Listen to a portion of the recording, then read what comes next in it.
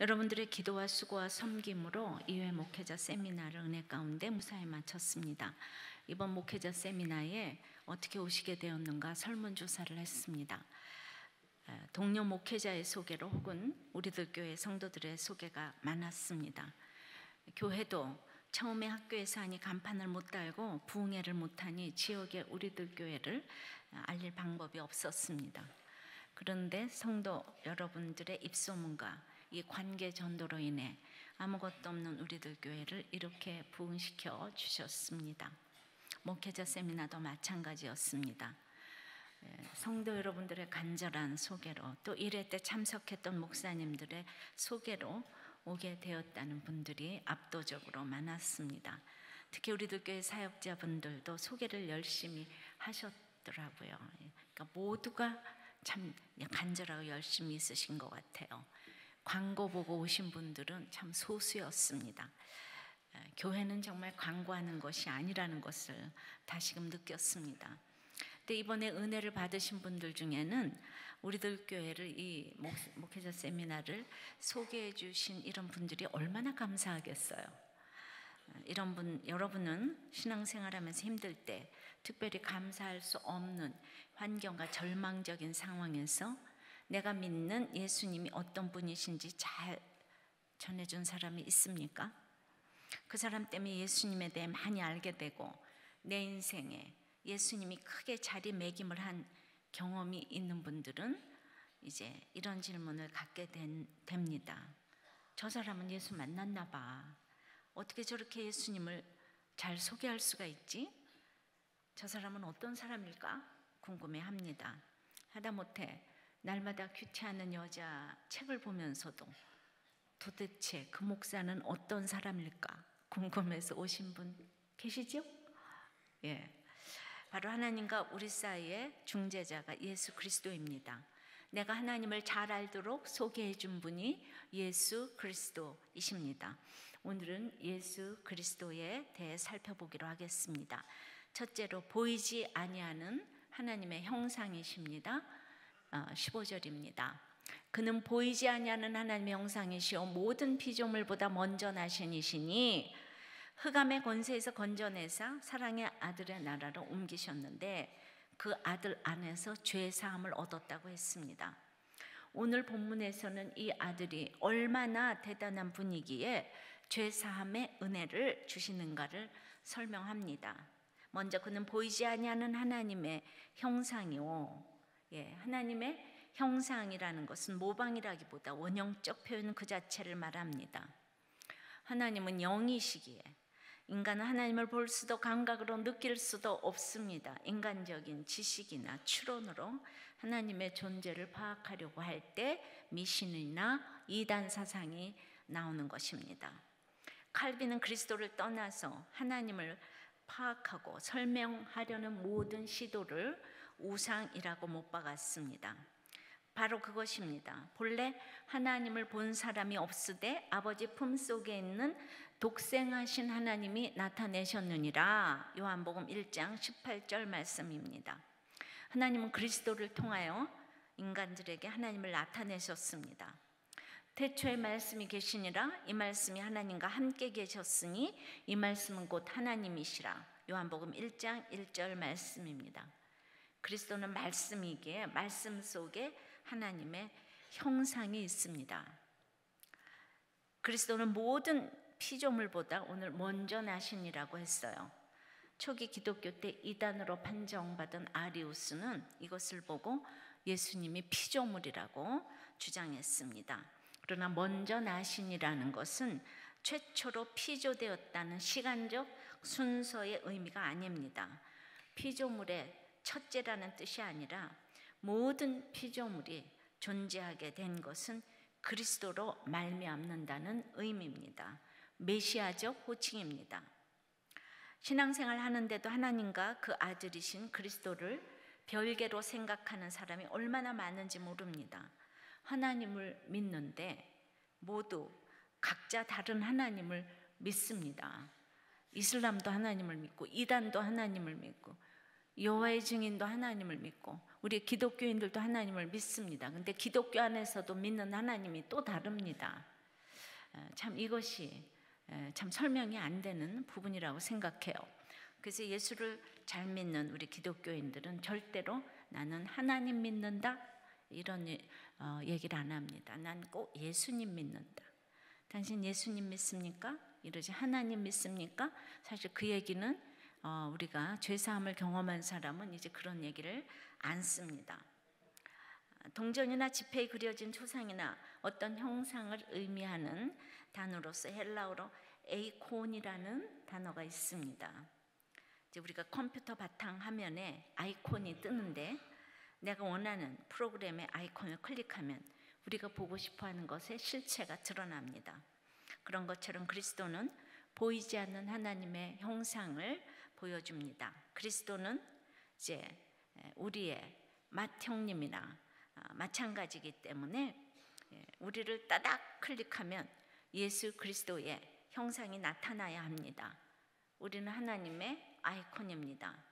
그리스도께서 하나님의 아이콘인 것처럼 우리 역시 그리스도의 아이콘이 되어서 예수님을 보려거든 아무개를 보아라 이런 말을 듣는 여러분이 되실 줄을 믿습니다. 아이콘은 형상, 닮는다 이런 뜻이 있습니다. 그렇게 우리가 주님을 닮아야 합니다. 나는 할 수 없어도 나는 주님의 형상이기 때문에 다시 말해서 상대방에게 내가 지금까지 잘못한 것이 없다고 생각될지라도 내가 너에게 한 잘못을 용서해 주렴 이런 이야기를 할 수 있어야 합니다. 이것은 도저히 내 힘으로 할 수 없는데 오늘 주님께서 하라고 하시니까 하는 것이 주님의 아이콘, 주님의 형상으로 사는 것입니다. 하루 종일 직장에서 일하고 와서 본인도 힘들지만 집에서 맞이하는 부인에게 여보 수고했어요. 당신이 있으니까 내가 이렇게 마음 편하게 일할 수 있어요. 고마워. 이런 말을 하고 계십니까? 나눠보시오. 부부가 날마다 싸우면서 어떻게 아이들이 올바로 되기를 원하십니까? 말씀에서 섬겨주고 사랑하라고 하니까 억지로라도 자꾸 하다 보면 보이지 않는 하나님의 형상을 보이는 것입니다. 그러다 보면 온 집안 식구가 달라질 것을 믿습니다.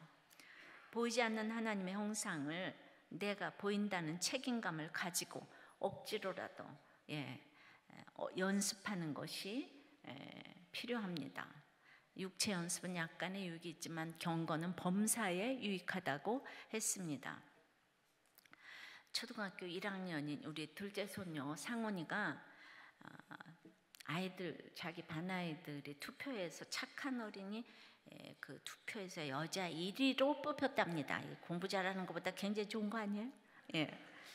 그래서 엄마 아빠가 너무 놀라워가지고 그랬더니 사실 우리 담임 선생님이 1위야 하면서 또 부끄러워했다는 거예요. 근데 지난 3월 학교에 처음 입학을 했을 때 이 상원이에게 담임 선생님은 첫날부터 한 달 동안 머리가 조금 아픈 친구를 짝으로 붙여 주셨답니다. 선생님이 하신 말씀을 그대로 친구에게 전달하고 지금은 뭐 할 차례인지 설명해 주는 일을 이제 했답니다. 근데 이제 집에 오면 그 친구를 돕는 일이 좋았다고 종종 이제 엄마한테 이야기하곤 했습니다. 근데 이게 교회에서 집에서 날마다 큐티하고 이웃을 돕는 게 좋은 일이다 이런 얘기를 듣지 않았으면 초등학교 1학년 아이라도 짜증나 왜 나한테 이런 거 맡겨 이럴 거 아니에요. 여러분 자기애밖에 모르면 그럴 거 아닙니까? 나중에 선생님께 들으니 그 친구는 자폐아 친구라고 하셨다는 거예요. 근데 이번 주에 엄마가 상원이에게 상원아 지금은 상원이가 이렇게 엄마 말도 잘 듣고 온유하고 그런데 나중에 크면 엄마에게 소리 지르고 무서운 언니들처럼 화낼 거야? 물었답니다. 그랬더니 이 아이가 지금은 안 그럴 것 같지만 나도 크면 어떻게 될지 모르겠어 이렇게 대답을 했다는 거예요. 그래서 엄마가 그치 내일은 장담 못하겠지 나도 잘 모르겠어 하며 배시시 웃었답니다. 그래서 그 말이 너무 이제 어떻게 아이가 그렇게 대답을 하나 그래서 아빠가 그 얘기를 듣고 또 다시 똑같이 물어봤더니 똑같이 또 대답을 했답니다. 이 말씀을 들은 게 너무 무섭지 않습니까? 우린 늘 사람은 믿음의 대상이 아니다 이런 거. 그리고 교회에서 이렇게 날마다 아침마다 큐티하면서 이게 가랑비에 정말 이슬비에 뭐 젖듯이 이런 것이 바로 정말 그 부모가 보여준 거 저장된 말씀의 아이콘으로 나오는 것이 아닌가 싶습니다. 그러니까 어렸을 때부터 아이들을 교회 데리고 오고 큐티 시켜야 되겠습니까? 안 되겠습니까? 그런 거 할 때 너무 박수 쳐주고 어머나 어떻게 상원이는 그렇게 힘든 친구를 도와줄 수가 있어 어머 이렇게 격려를 해야지. 너도 바쁜데 왜 도와주냐? 네가 초등학교 1학년인데 네가 뭐 초등학교 6학년이나 되기나 해? 이런 부모들이 많더라고요. 그러니까 어떤 그 요새 이제 몰카 이런 얘기도 있지만은 이게 몰카를 찍다가 걸렸는데 그 부모는 짧게 입고 댕긴 그 여자애들이 잘못한 거지. 넌 잘못이 하나도 없다고. 찍은 사람 몰카가 뭔지 알죠? 이 부모들이 괜찮은 부모들이 이렇게 아이들을 키우고 있는 것입니다. 이제 보이지 않는 하나님의 형상을 보여주는 삶이란 흠없고 완전한 거룩한 삶을 살아야 하는 것을 뜻하는 것이 아닙니다. 100% 죄 있는 인간이 어떻게 자신의 행위로 하나님을 나타낼 수가 있겠습니까? 여러분 중에는 하나님이 틀렸다면서 눈에 보이는 증거를 대봐하거나 하나님 왜 날 이렇게 지으셨을까 하며 아무리 노력해도 안 되는 자기 모습 때문에 다들 답답해 하십니다. 우리가 목장에서 흑암의 권세에서 이 넘어진 나눔을 통해 서로에게 죄를 오픈하는 것이 곧 하나님의 아이콘으로 따닥 클릭하는 것이라고 생각을 합니다. 말씀을 보며 나의 연약함을 드러내는 것은 상대방에게 있어 숨기고 싶은 이 연약함이 죄가 되지 않고 하나님을 부르짖게 하는 구원의 통로가 됩니다. 이것이 보이지 아니하는 하나님의 형상을 보여주는 삶이라고 생각을 합니다. 적용을 해보십시다. 어떤 상황과 사건에서도 따닥 클릭하면 나타나는 하나님의 아이콘 주님이 되고 있습니까? 두 번째는 주님은 만물을 붙드시는 창조주이십니다. 15절, 16절, 17절입니다. 그는 모든 피조물보다 먼저 나신 이시니 만물이 그에게서 창조되되 하늘과 땅에서 보이는 것들과 보이지 않는 것들과 혹은 왕권들이나 주권들이나 통치자들이나 권세들이나 만물이 다 그로 말미암고 그를 위하여 창조되었고 또한 그가 만물보다 먼저 계시고 만물이 그 안에 함께 섰느니라. 여러분들 읽기만 해도 골치가 딱 아프죠. 이 신약은 정말 한 절 한 절이 모두 설교를 해야 돼서 스토리가 없기 때문에 정말 설교하는 게 사실 쉽지가 않습니다. 그래서 구약은 이제 화면이고 신약은 자막이라고 하거든요.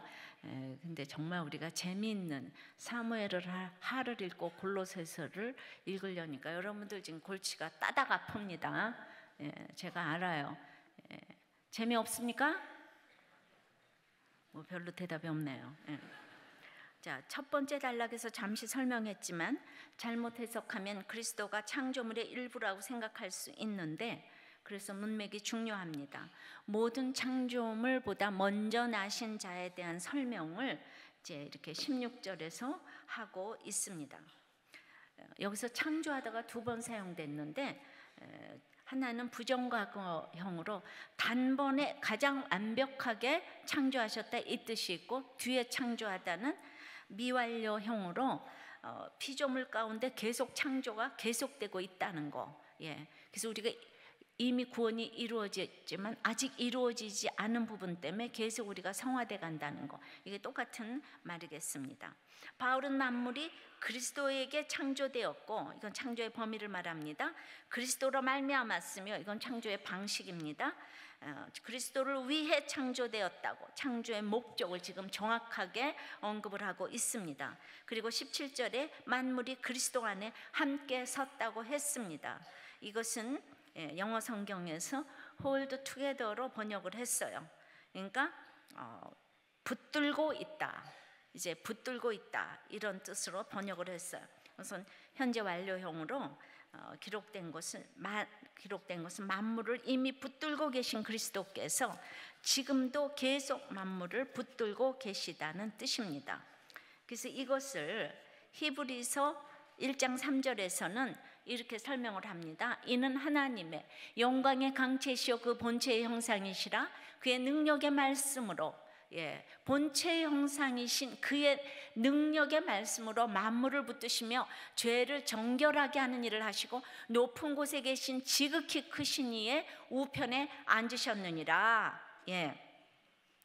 내가 그리스도로 인해 하나님의 영광의 강체요 본체의 형상이 되었습니다. 이제 그 형상의 힘은 능력의 말씀입니다. 우리의 장자 되시는 주님이 말씀을 덧입으면 우리도 능력의 말씀으로 만물을 붙들 수가 있습니다. 내가 어떻게 사람의 마음을 붙들 수가 있겠습니까? 내가 무슨 힘으로 돈을 붙들고 건강을 붙들겠습니까? 능력의 말씀으로 하시는 이 두 번째는 죄를 정결케 하는 것입니다. 주님의 죄사함의 권세는 가장 능력 있는 사역이신 것입니다. 그래서 우리가 내가 죄사함의 권세를 받고 하는 일은 대단한 일이 아니에요. 죄를 이렇게 자기 죄를 보는 사람들은 항상 겸손하고 또 자기 잘못을 시인하는 데 1등입니다.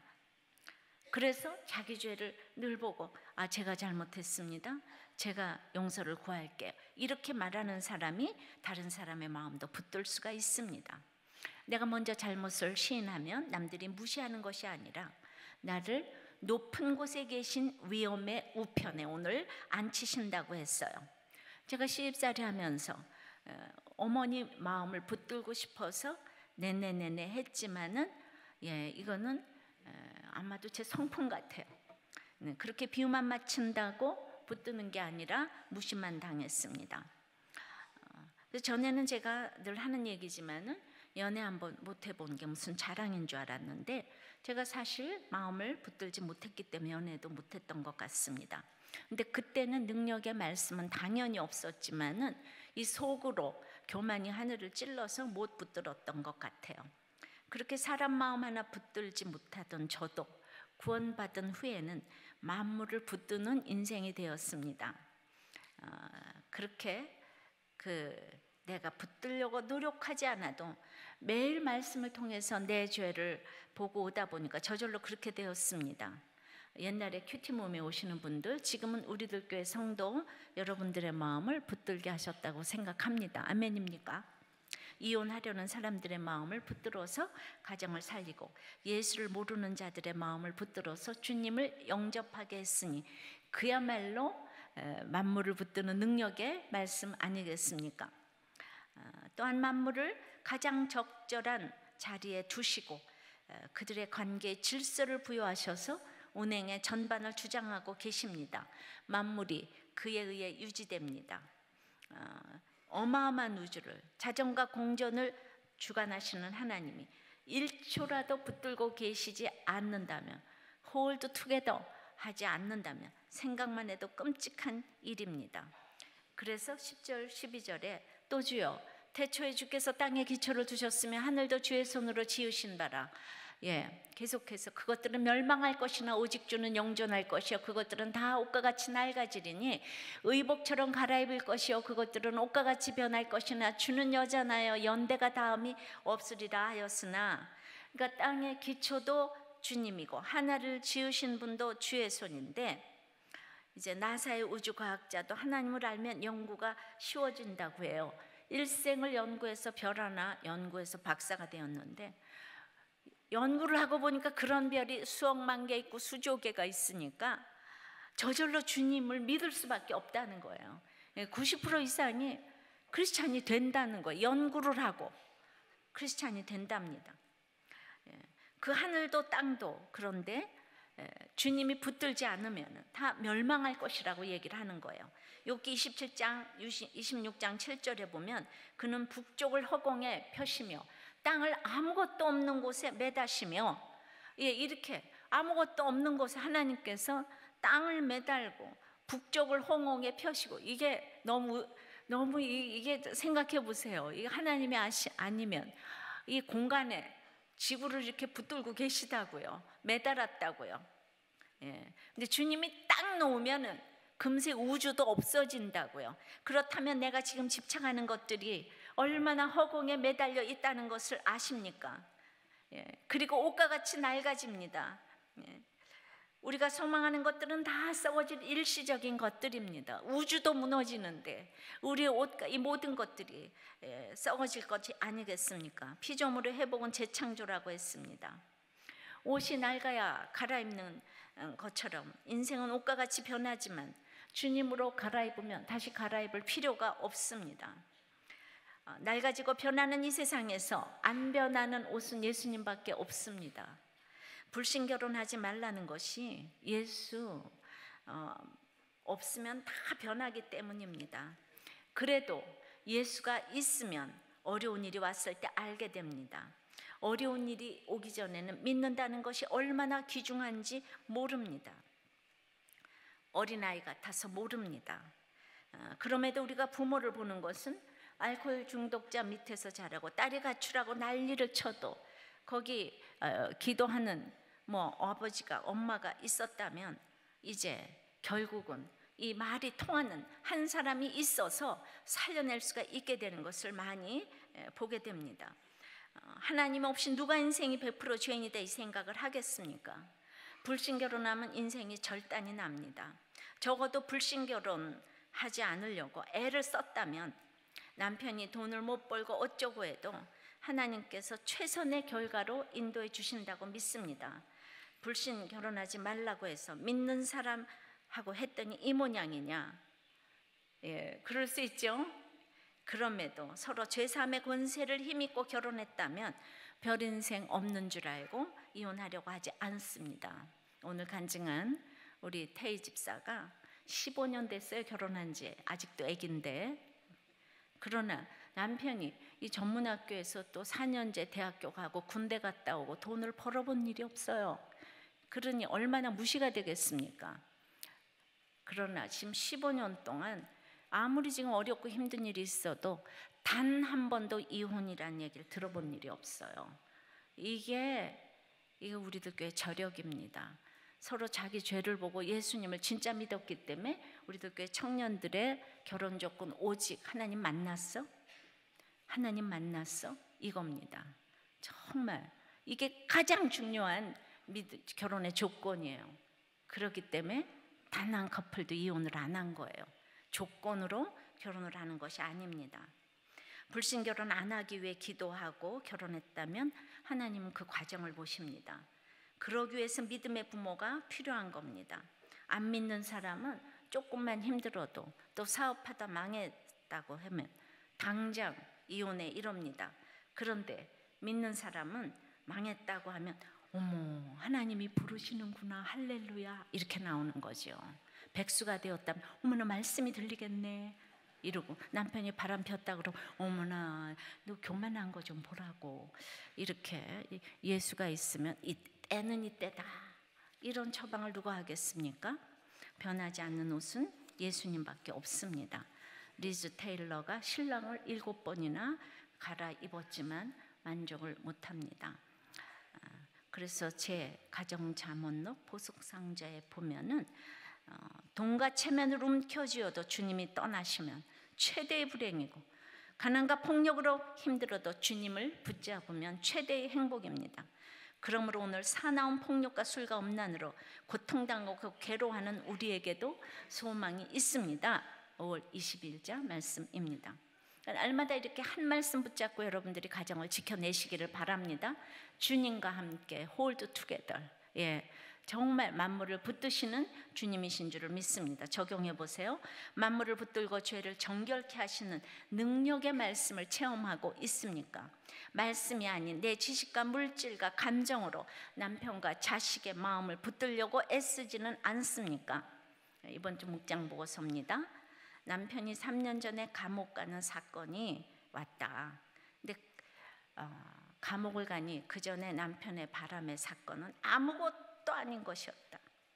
바람 사건은 배신감에 감정적으로 너무나 힘들었다면 감옥에 가는 것은 삶의 기반이 흔들리는 것이었고 꼭 남편이 죽은 것 같았다.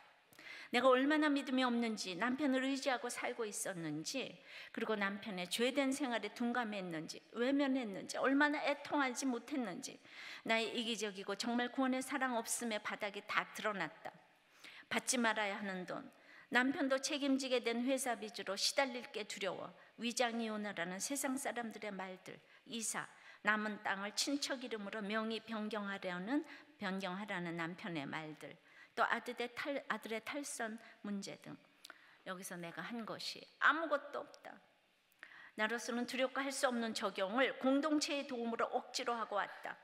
마음만 먹었는데도 하나님이 다 해주심을 경험하며 왔다.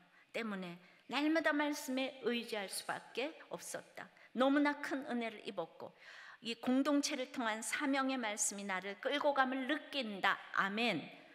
이것이 바로 정말 능력의 말씀으로 만물을 붙드는. 자, 세 번째입니다. 주님은 누구십니까? 천사보다 우월하신 분이십니다. 16절입니다. 만물이 그에게서 창조되되 하늘과 땅에서 보이는 것들과 보이지 않는 것들과 혹은 왕권들이나 주권들이나 통치자들이나 권세들이나 만물이 다 그로 말미암고 그를 위하여 창조되었고, 이제 우리는 이런 능력과 권세를 좋아합니다. 왕권, 주권, 권세. 그러나 가장 우리가 주님보다 높게 보는 것은 이제 천사. 특별히 그 당시는 천사 숭배가 아주 굉장했습니다.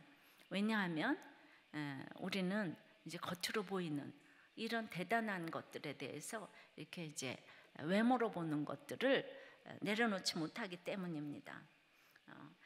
피조물과 구별되는 창조주이신데요. 여러분이 천사와 예수님을 혼동하면 안 됩니다. 이제 11장 히브리서 11장 4절에 그가 천사보다 훨씬 뛰어남은 11장 4절인데요. 히브리서 그들보다 더욱 아름다운 이름을 기업으로 얻으심이니, 창조주이신 예수님이지만 이 땅에 오실 때 비천한 목수의 아들로 오셨기 때문에 사람들은 예수님보다는 날개 달린 천사를 더 좋아합니다. 천사가 경배의 대상이 되어서 천사 같다는 말을 최고의 칭찬으로 여깁니다. 그러나 예수 믿는 사람에게는 와, 예수님 믿더니 저렇게 달라졌구나 하는 것이 최고의 칭찬입니다.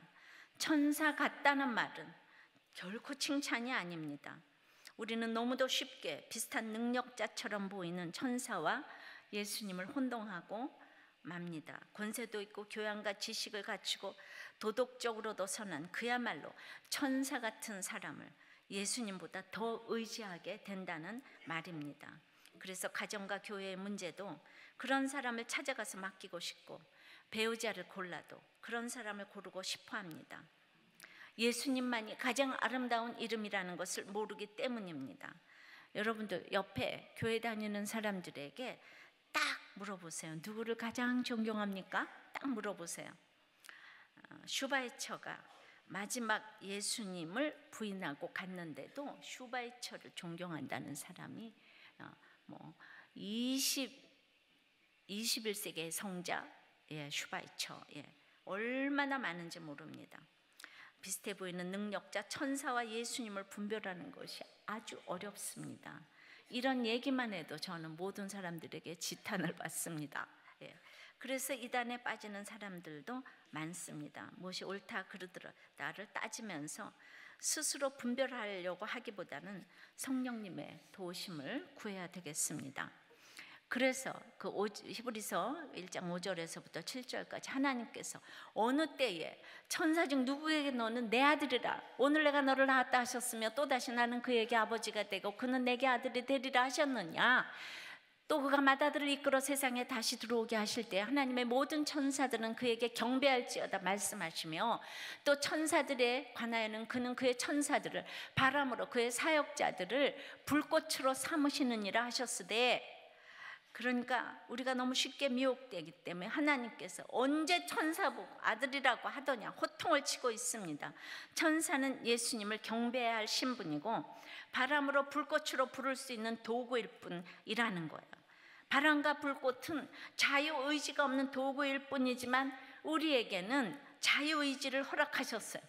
천사도 우리가 부릴 수 있는 거예요. 부리는 영인 거예요. 내가 예수 믿으면 어떠한 경우에도 부리는 천사들을 다 허락하실 줄을 믿습니다. 사람도 돈도 하나님의 일을 위해서 모아주셨어요. 믿지 않는 사람들이 기업을 운영하고 아무리 재화를 생산해도 믿는 사람들이 하나님의 일에 그 물질들을 사용합니다. 믿는 나를 통해서 그들을 하나님의 도구로 사용하게 되는 것입니다. 나를 꼭 도와줄 것 같은 사람이 나를 도와주는 것이 결코 아닙니다. 그럼 이것은 나의 삶 속에서 어떻게 적용해야 할까요? 식구가 가장 도와줄 것 같은 천사 아니겠습니까? 그런데 제가 계속 교회 이 말씀 설교하면서 가장 적용하는 게 가족을 객관적으로 보라고. 가족을 객관적으로 보는 것이 여러분도 살고 가족도 살리는 길입니다. 개척교회에 성도가 20명인데 처가 식구가 19명이라는 분의 이제 좀 나눔을 들었어요. 근데 이게 처가가 도와주는 것 같지만은 도리어 목사님은 이 처가 때문에 그냥 딱 눌려 있다고 했어요. 그래서 적용이 그 장인어른과 영화 보기 이거를 적용해야 되겠다. 이 목회를 하는데 친척이 도와줄 것 같아서 오라고 하면 여러분들은 안 됩니다. 적어도 개척교회를 할 때부터 친척은 배제를 하셔야 되는 거예요. 자원해서 오고 싶어서 오면 모르겠지만은 우리들 교회 저희 친척은 정말 안 오고 있습니다. 정말 안 오고 있습니다. 여기까지. 적용해 보세요. 무슨 일이 있어도 나를 지켜줄 것 같은 천사 같은 사람은 누구입니까? 예수의 이름만이 가장 아름다운 내 기업인 것을 믿습니까? 하나님의 자녀로서 천사보다 낫고 바람과 불꽃을 부릴 수 있는 신분의 삶을 누리고 있습니까? 자, 천사 같은 남편의 이제 배신을 이번 주 또 목보에서 나누었습니다. 나의 부족함을 다 품어주는 남편이 구세주 같았고 감사함에 복종하며 살아왔습니다. 그런데 이 남편이 요즘에 우리들 교회에서 이 받은 은혜가 너무 커서 나에게 갑자기 죄 고백을 했는데 너무 은혜를 받으면 또 이렇게 됩니다. 혼전 순결을 지키지 않은 경험이 옛날에 있었다고. 그리고 6년 전 안마 시술소를 출입했다는 고백과 야동을 보았다는 고백을 했어요. 근데 그동안 고백을 못한 두려움이 가정이 깨어질까 봐서였는데 공동체에 들어와가지고 막 힘이 생겨가지고 고백을 했는데 이 안집사가 받아들일 수준이 나는 아니었다는 걸 알았다. 자기는 예전에 바람핀 남편 때문에 힘들어하는 여집사님들을 줄 세우고 상담을 해줬는데 내 사건이 되지 이건 그게 아니었다. 당해봐야 돼요, 그죠? 배신감과 나락으로 떨어지는 슬픔 처참한 가슴이 찢어지는 것 같았다. 남편은 자기는 바람도 아니고 남자들 누구나 하는 것인데 그렇게 또 얘기를 하죠, 그죠? 우리들 교회 100명을 바람핀 사람도 있는데 이게 뭐 또 아무것도 아니죠. 나는 존경스러운 남편, 아들, 딸, 이 부자는 아니지만 이 정도면 괜찮게 사는 여자라고 여겼다는 게 확 보였다. 그러면서 복수하고 싶은 마음에 술과 수면제를 먹고 죽겠다면서 남편에게 온갖 포언을 해댔다. 그러고 나니까 목장에 딱 가기가 싫었다. 그래서 이제 그때부터 목자님의 전화를 받지 않았다. 근데 목자님은 집요하게 전화를 계속하셨고 결국은 어디서 모르는 데서 온 이 집 전화로 할 수 없이 목자님과 통화가 되어가지고 통화를 했는데 신기하게도 풀어졌다. 이번 목장 모임을 위해서 이 목자님은 금식 기도를 했다는 거예요. 금식 기도의 응답인가 싶긴 했는데 그렇게 이제 신기하게 마음이 풀어지니 이틀간 난리를 쳤는데 남편에게 방에 들어와서 자요. 아주 은혜를 이제 베풀었고, 그리고 이제 목장에 가져갈 음식을 준비하게 되었다. 남편은 고백하고 자유해진 것 같다. 하나님의 구원의 사랑을 느낀 것 같다. 이 정도로 하고 감사한 일이다. 그래서 여러분, 네 번째는 교회의 머리 되시는 주님이십니다.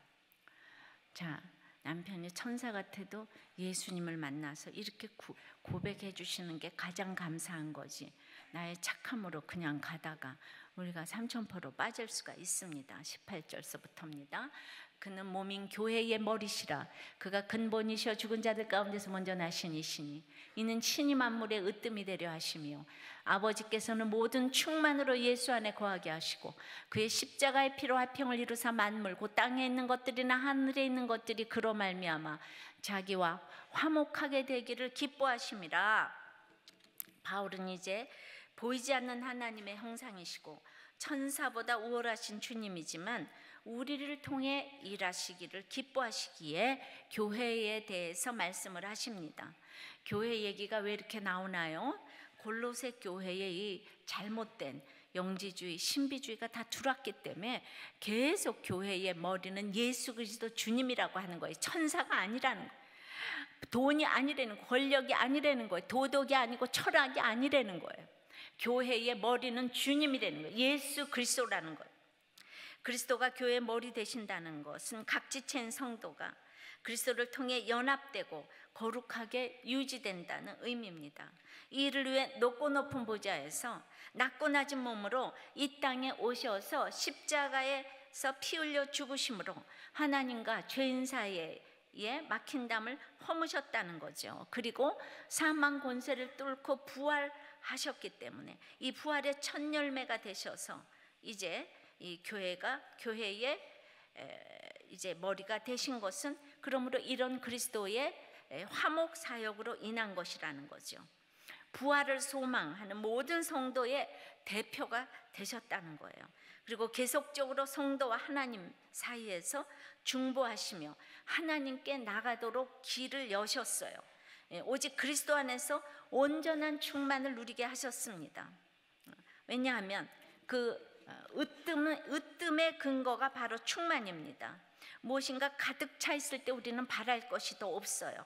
근데 내가 죽어지고 썩어지고 부활을 하면은 가득함과 충만함이 있어요. 날마다 힘든 가운데서도 우리 성도님들은 충만함이 있었습니다. 언제나 줄 것밖에 없는 인생을 사는 것을 저도 보았습니다.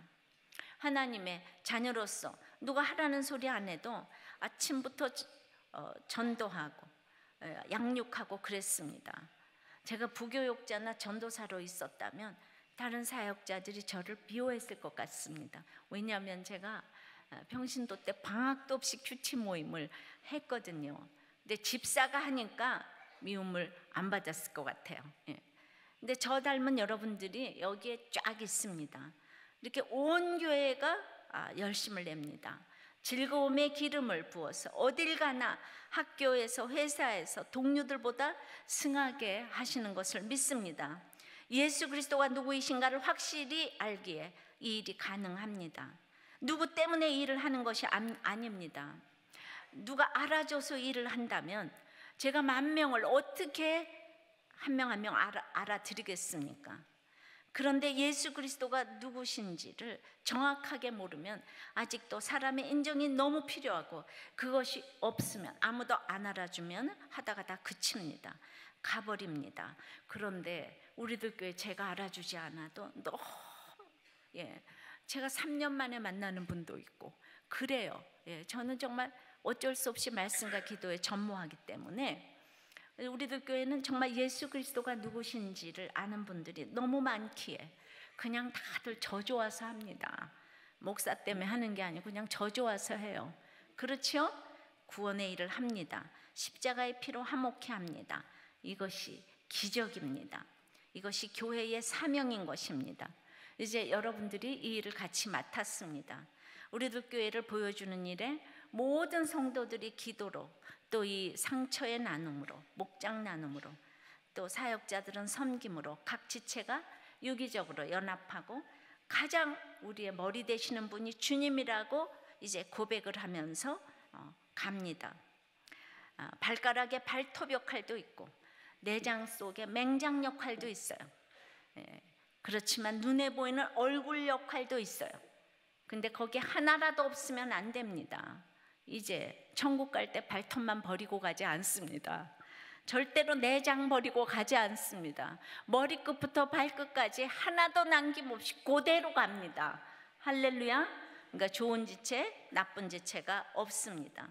그런데 한 지체가 아픈데, 발가락이 아픈데 서로 돕지 않으면 다 죽습니다. 이것이 교회입니다. 그런데 교회가 다른 사람의 아픔에 상관이 없기 때문에 한국 교회가 죽어간다고 생각을 합니다. 우리는 서로 아픈데 도와야 합니다. 이번 주에도 목장 보고서에서 그러니까 이런 나눔이 올라올 때 서로 아파하고 기도하고 금식하고 전화해주고 물귀신처럼 가서 데려오고 이러니까 바로 예수 그리스도는 누구신가? 교회의 머리 되시는 분이다. 예수님의 밑에서 우리가 서로 연합하여 유기적으로 가니까 이 일을 저절로 자원해서 합니다. 잘 나가는 집이었어요.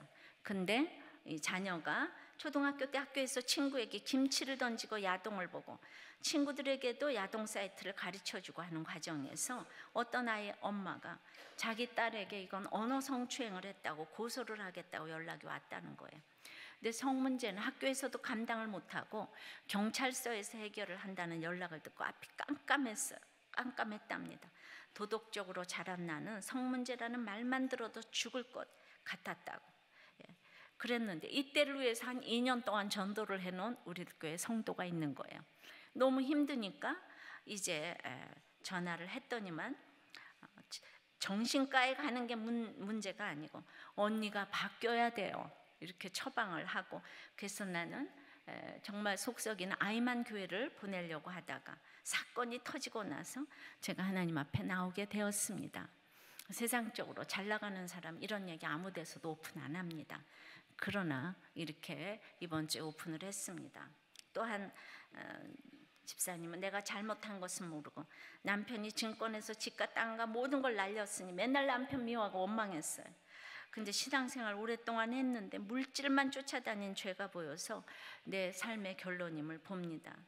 남편은 빚 얻는 것에 대해서 별로 빚 없는 게 아니고 얻는 거, 빚 얻는 것에 대해서 죄라고 생각하지 않아요. 자꾸 대출을 받아서 이자를 갚으려 해요. 이제 말씀을 적용해서 있으면 먹고 없으면 이제 금식하고 죽으면 정말 그 길바닥에 나앉을지라도 하나님이 하지 말라고 하시는 것은 안 하려고 합니다. 이게 교회의 사명이라서 날마다 서로 들어주고 처방을 합니다. 또 이번 목회자 세미나 프로그램에 목장 탐방 순서, 부목장 탐방 순서가 있었잖아요. 근데 모든 목장이 은혜를 끼쳤습니다. 근데 이 목장에서는 그때 이제 새 가족도 방문을 하고 또 이 목사님의 탐방에도 불구하고 부목자 부부가 막 목장 모임에서 갈등을 표출했고 그것을 본 또 다른 목원은 중간에 뛰쳐나갔답니다. 그럼 이 목장 문 닫아야 할까요? 어떻게 그럴 수 있냐고 책임을 물어야 할까요? 근데 탐방하신 목사님들은 목장 나눔에서도 은혜를 많이 받으셨지만은 오히려 이 목장에서 다양한 분들의 모습을 볼 수 있어서 더 진솔하고 훨씬 좋았다는 말씀을 하셨어요. 목장에서 내가 이것밖에 안 되는 사람인데 무슨 꼴로 사람들을 만나 이야기하지? 달라지는 거 하나도 없는데 이러지 마세요. 우리가 스스로 할 수 없는 부분이 있는 걸 깨닫게 하시고 다시 하나님 앞에 나아가는 것이 교회의 사명인 것입니다. 우리는 또 이제 목회자 세미나가 끝난 그날 저녁에 우리 교육전도사가 우리도 꽤 출신이에요. 근데도 출신인데도 막상 보니까 너무나 이제 끝나자마자 메일을 보냈습니다. 저는 오늘 정말 너무 은혜 받았어요. 스텝으로 일을 해야 하는데 그냥 앉아서 울면서 그냥 있었어요. 자기는 특별히 첫째로 부목장의 은혜를 제일 받았고, 두 번째 간증 페스티벌 간증하고, 또 목사님의 한 영혼에 대한 이 사랑에 대한 처방, 그리고 이제 마지막 질의응답과 설교 시간이 저에게는 너무너무 은혜였습니다. 우리는 목사님께서 준비하신 것과 다르게 우리 교회 자랑으로 보이면 어떡하지? 이런 생각이 완전히 지워졌습니다. 다른 것이 아니고 한마디 한마디에 목사님의 간절함, 진심 너무너무 느껴졌습니다. 애통함이 절절히 느껴졌습니다. 하나라도 더 보여주고 더 들려주고 하시려는 그 마음이 너무 느껴졌습니다. 그래서 어떤 다른 관점을 가진 분이라도 설득이 되어졌다고 생각을 합니다. 목사님의 영혼 구원에 대한 관심이 어떤 것인지 가슴 깊이 와닿게 되는 은혜의 시간이었습니다. 특별히 좋았던 거, 그 부부 목장에 자기는 이제 탐방을 하러 갔는데, 재혼과 이혼의 목장이었는데 목자님과 목원분들이 죄와 그로 인한 수치 고난들을 구체적으로 말하며 본인들을 소개하시는데, 강의 시간에 앞에 나오시는 분들뿐만 아니라 일반 성도들까지도 이런 나눔한다는 것에 충격을 받으신 것 같습니다. 저는 참고로 결혼을 안 했지만 앞으로 이 목장에 참 너무나 나오고 싶다고, 정말 빨리 와서 너무 유감이었다고.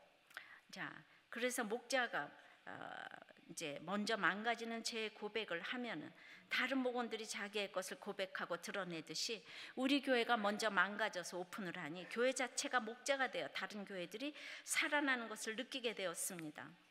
이제 우리 교회가 다 감출 이야기들을 스스로 드러내니 한국 교회, 다른 한국 교회들이 살아나는 것 같습니다. 자, 주님이 우리들 교회 머리가 되신 이렇게 하나가 되어 여러분이 살아나고, 살아난 여러분들이 또 다른 성도님들을 살리고 드디어 한국 교회를 살리는 대단한 분들이 되셨습니다. 여러분께 감사드립니다. 제 방 문 앞에는 이번 사역자들이 한 번도 뭐 그런 일 없었지만은 이제 수요 예배 만났는데 스승의 주일에 저에게 감사 카드를 보내고 또 선물로 문패를 달아줬어요. 그 감사 카드는 너무 참 여러분들한테 한번 보여드릴 기회가 있을 것 같아요. 근데 이제 선물로 돈들이 없으니까 나무 문패를 하나 해와서 왔는데, 거기 이제 보통 담임 목사 방엔 여긴 담임 목사실 이렇게 써야 되는데 거기다 이렇게 썼어요. 우리 목사님 방, 이렇게 써서 우리 제 방 앞에 거기 딱 붙여져 있습니다. 이런 것이 억지로 되는 일은 아닌 것 같습니다. 말씀을 맺습니다. 하나님의 형상이신 예수 그리스도는 창조주이며 만물을 붙드십니다. 천사보다 우월하신 분이십니다. 교회의 머리 되십니다. 충만의 근거가 되십니다. 십자가의 피로 화목해 하십니다. 교회를 교회되게, 예배를 예배되게 하는 그 일에 우리들 교회가 쓰임받기를 소원합니다. 찬양합니다. 우리에게 소원이 하나인데 우리 온 마음으로 찬양하겠습니다. 우리에게 소원이 하나인데 주님 다시 오신 그날까지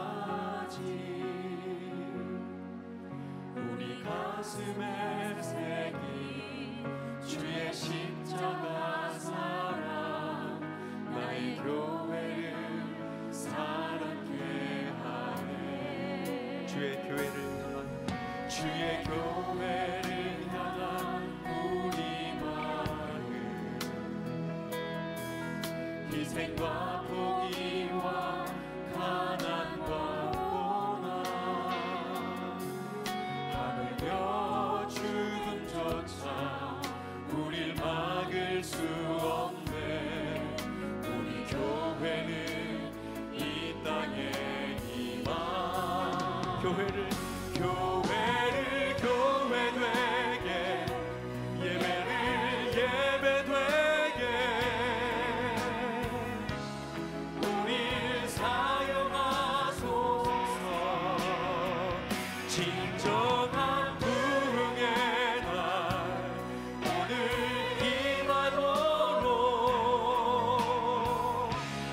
우리 사용하소서. 성령 안에 예배하리라. 성령 안에 예배하리라. 자유의 마음으로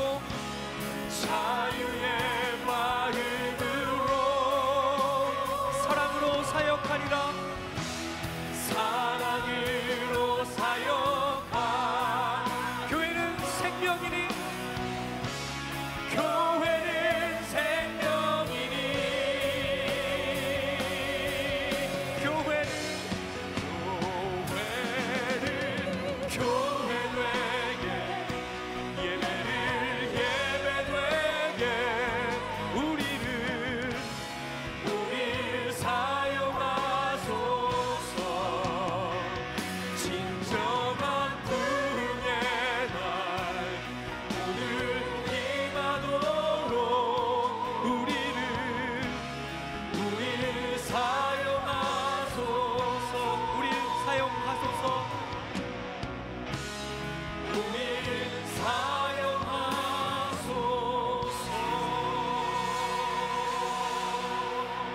우리들 교회가 희망이 되고 또 교회가 한국의 희망이 되는 정말 그런 교회로 회복되어지는데 우리들 교회가 쓰임을 받았으면 좋겠습니다. 남편과 자식과 이 모든 돈을 붙들려면 말씀의 능력을 덧입어야 하는데 이 말씀의 핵심이 십자가입니다. 만물을 붙들려고 애를 쓰고 돈 달라 자식 달라 아내 남편 돌려달라 하기 이전에 말씀으로 인하여서 십자가 지는 삶을 살게 해달라고. 나뿐 아니라 우리 식구들이 말씀의 능력으로 만물을 붙들게 해달라고. 내가 천사를 부러워하고 경배의 대상으로 보는데 경배의 대상으로 보는 돈과 세상과 외모와 이 모든 것들이 주님과 비슷해 보여서 우리 가정과 교회가 혼란에 빠지고 해결이 안 된다는 것을 알기를 원합니다. 주님, 교회를 교회되고 예배를 예배되게 하시고 내가 주님을 우리 교회의 머리로 삼고 가는 정말 우리가 되게 해달라고 다 같이 기도하겠습니다. 주여, 주여. 하나님 아버지, 오늘 주신 귀한 말씀을 통하여 아버지 하나님, 날마다 오직 하나님의 감사를 다시 한번 당신을 철저하게 다른 부분이 없음을 기억하며 온전한 몸으로 하나님의 그냥 생명의 몸으로 우리의 삶이 우리의 공동체가 아버지 스케일 나갈 수 있도록 말씀을 붙들고 갈 수 있도록 은혜를 아버지 기억의 말씀으로 만물을 붙들고 아직 말씀을 하나님 우리가 우리를 원하신 세상 주님을 높이고 우리의 생명을 회복하고 그래서 그리스도로 이 모든 것들에서 올바로 회개를 하지 아버지 우리를 사랑하게 우리의 머리가 되시는 주님, 우리가 모두 주님을 머리로 한 마음으로 유기적인 지체가 되어서 우리가 각자의 상처가 아버지 우리가 우리의 말씀을 감사합니다. 이제 정말 인정을 하든 안 하든 우리들 교회 모든 성도님들의 상처는 벽이 되었습니다. 본인이 살아나고 목장을 살리고 이제 우리들 교회를 살리는 상처가 되었습니다. 이런 교회가 되어서 나는 저희들이 될 수 있도록 주의 역사하여 주시옵소서. 아버지 하나님, 정말 우리 주님은 보이지 아니하시는 하나님의 형상 아이콘이라고 합니다. 그러나 우리를 따다 클릭할 때 무엇이 나오는지 너무나 부끄럽고 죄송합니다. 남들이 보이기에는 하나님의 형상 같지만 이 속에는 아직도 위선과 가식이 있으며 두려움이 있으며 정말 인정받으려는 정말 모든 사람들이 알지 않았으면 이런 아버지는 죄악의 덩어리들이 아직도 많이 남아 있습니다. 중독도 남아 있습니다. 능력의 말씀으로 만물을 붙들어야 하는데 아직도 내 힘으로 모든 것을 하려고 하니 이제 날마다 지옥을 살고 있는 저희들은 이제 주님보다는 날개 달린 천사가 너무 두렵습니다. 외모가 너무 부럽고 스펙과 이런 재물과 권세가 너무 부러워서 부러워서 우리는 정말로 주님과 이것이 얼마나 우리가 비교를 하고 나락에 빠져 있는지를 모르기 때문에 날마다 힘들고 주님이 왜 이러셨을까를 외칩니다. 그래서 주님이 교회의 머리가 되신다고 합니다. 주님, 우리는 이 모든 상처를 오늘 내놓았습니다. 목장에서 내놓고, 큐티 나눔에서 내놓고, 큐티인에 내놓고, 청소년도 내놓고, 어린아이도 내놓고, 그래서 우리의 모든 상처가 인정을 하든 안 하든 별이 되었습니다. 그 상처가 말씀으로 나를 살리고 우리 공동체 목장을 살리고 교회를 살리고 이제 한국교회를 살리게 되었습니다. 여러분들은 이것이 부끄러운 것이 아닌 것을 알게 하여 주시옵소서. 이제 전 세계를 살리게 되었습니다. 참으로 이 고난이 보석인 것을 알고 이제 말씀으로 열심히 자랑할 수 있는 정말 그 교회의 머리 되신 주님이, 위로는 주님이 우리 모든 한 가족이 유기체가 되어서 한 사람의 아픔에 동참하고 채우라고 갈 때에 진정한 이 상처가 별이 되어서 모든 사람들을 반짝반짝 비춰주는 별이 될 줄을 믿습니다. 이 일에 우리를 써 주시옵소서. 사용하여 주시옵소서. 교회를 교회되게, 예배를 예배되게 하여 주시옵소서. 예수님 이름으로 기도하옵나이다. 아멘.